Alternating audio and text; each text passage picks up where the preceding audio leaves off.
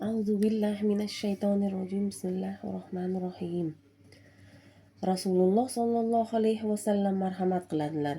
Kim bomdod namozini jamoat bilan o'qigandan keyin joy namoz ustida o'tirib An'am surasini dastlabki 3 oyatini o'qisa, Alloh taolo o'ziga tasbih aytuvchi 70 ta farishtani unga vakil qiladi. Bu farishtalar uning haqqiga qiyomat kunigacha istig'for aytib turadilar. Habib Abu Muhammaddan rivoyat qilinadi. Kim An'am surasining boshidagi 3 oyatni o'qisa, Alloh qiyomat kunigacha uning haqqiga duo qilib turadigan 70 ming farishta yuboradi. Qiyomat qoyim bo'lgach esa Alloh uni jannatga kiritib, salsabildan ichiradi. Kavsar suvi bilan cho'miltiradi. Men sening Robbingman, sen esa mening bandamsan deydi. Musobbihotlarning fazilati. Musobbihot Qur'oni Karimdagi pokdir, tasbih aytadi degan ma'nodagi subhana, sabbaha, yusabbihu yoki sabbih so'zlari bilan boshlanuvchi 7 sura: Isro, Hadid, Hashr, Saf, Jum'a, Tag'obun va A'lo suralaridir. Bu suralarda 1000 oyatdan afzal bo'lgan oyatlar bor.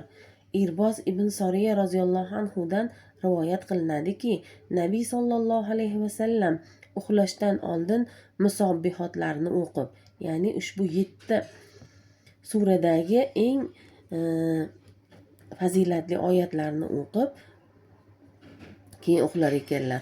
Ularda 1000 oyatdan afzal bo'lgan oyat bor der ekanlar. Yahyo ibn Kasr bizningcha bu Hashr surasining so'nggi oyatlari bo'lsa kerak degan ekanlar. Bu bilan nima demoqchimiz? Bu An'am surasida ham juda fazilatli oyatlar bor ekan. Bu An'am surasining fazilatlarining ichida bu 7 ta surani ichidagi fazilatlarda ham aytib ketilgan ekan. Bu payg'ambarimiz Muhammad Mustafa sallallohu alayhi vasallam aytgan gaplar ekan. O'zimiz u yoqdan bu yoqdan olingan gaplar emas ekan. Shuning uchun buni qilishga imkon qadar harakat qilish kerak.